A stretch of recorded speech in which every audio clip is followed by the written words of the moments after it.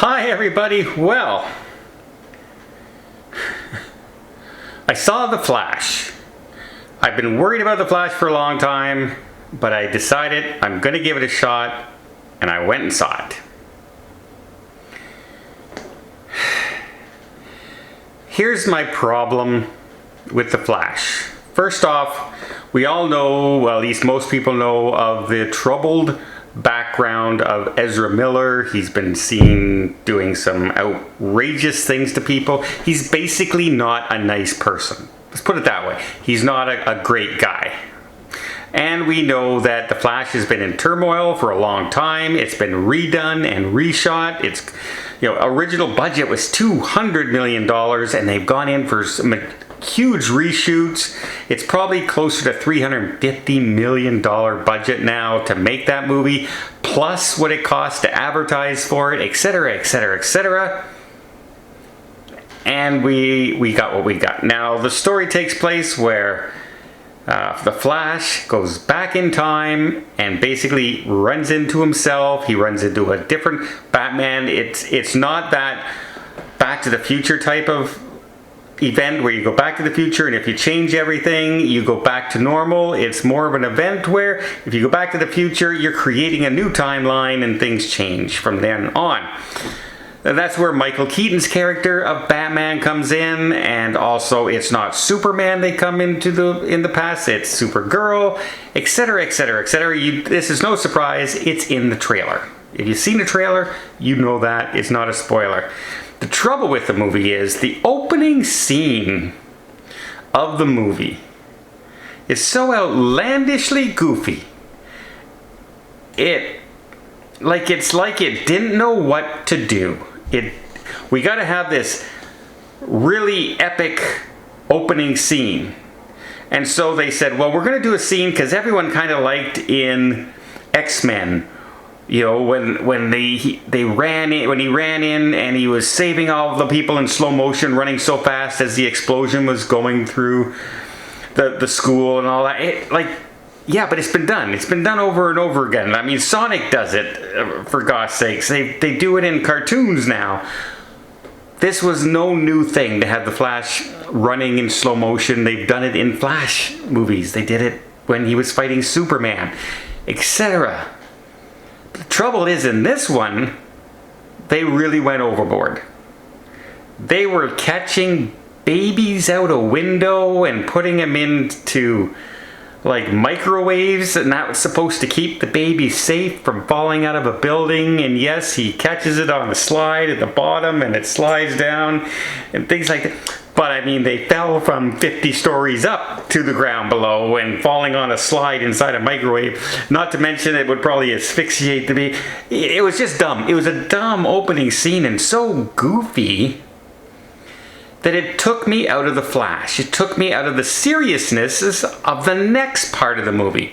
Because the next part of the movie got into serious with his mom and how he lost his mother and how troubled he feels, and his father going away for the murder of his mother that he didn't commit. And it was like, that's the serious part of The Flash. And that's what created The Flash, is those troubles, those problems, is what made him the Flash and what he is and how he evolved from there. And seeing the goofiness of that opening scene just took everything right out. Not to mention the jokes just did not land. But then we run into Ezra Miller, other Flash. And while this Ezra Miller Flash character, the first one, was a little bit more subdued, still kind of a nerd. Remember in Justice League, he's like, when he signs up with Batman, he says, yes, I'll go. I don't really have too many friends. He was the comic relief in a lot of the jokes kind of thing. When the Justice League disappears up at the bat signal with Gordon standing there, and he goes, oh, they really do that. It's that kind of humor. Oh, that he does. The Flash that we meet in the past is literally like a goofball. He's like a stoner kid / beach bum, like a surfer dude. He's like like, I don't know how many times I just wanted to scream at the screen when he did that goofy laugh, because he does it all through the movie, and it makes me hate the character. I know you have to show two different Ezra Millers. Well, how about this? Instead of making one a total goofball and an idiot and hard to watch, and the other one is kind of a nerd guy with like a weird sense of humor, why not have a weird sense of humor nerd and a very serious, studious Flash? That kind of thing. Maybe that'd work, but no, they make him a real goof to the point where I don't know if they think it's funny, but it wasn't. It wasn't funny. It didn't land. Then we get into the CGI. And the CGI in some scenes were okay, but the vast majority of it was pretty mundane CGI graphics and special effects. The way they make the Flash run, I hated it in the Justice League. I hated it in the Flash. I have no idea why they make him run that way. It just looks terrible. It looks terrible. And when you're looking at him run that way, you're going, wow, he really runs dumb. That's a really stupid way to run. And I'm looking at that more than I'm looking at what he's supposed to be doing when he's running. And that takes you out of the movie. And so they do so many things. Now, some positive things is it wasn't a horrible movie. It was just a kind of a goofy, annoying movie where I didn't like the character of the Flash. They had some heartfelt moments. I did like Michael Keaton. Who doesn't like Michael Keaton as Batman? That was really good. The girl who played Supergirl, I didn't mind. She had a very minor role in this, but I didn't mind her in the role. I liked her acting in the role. But man, I did not like the main character and the portrayal of the Flash. Now, spoiler alert on this one, they have some, because it's a multi-generation thing, they did have some cameos in this one, mostly done with CGI.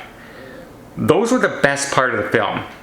I really liked a lot of those little cameo things that they had as the worlds were intersecting for a brief moment of time in this movie. But the actual 2-hour movie, I was watching it and I just kept on saying, wow, what a wasted movie. Because they're changing Ezra Miller, they're changing the whole DC universe, everybody they had before this is gone. This is the last movie of that era of the DC universe. And this is what we get? A goofy cornball movie with a character that I did not like the portrayal of the character. And I had it twice. 2 different Flashes. And I did not like them, either one.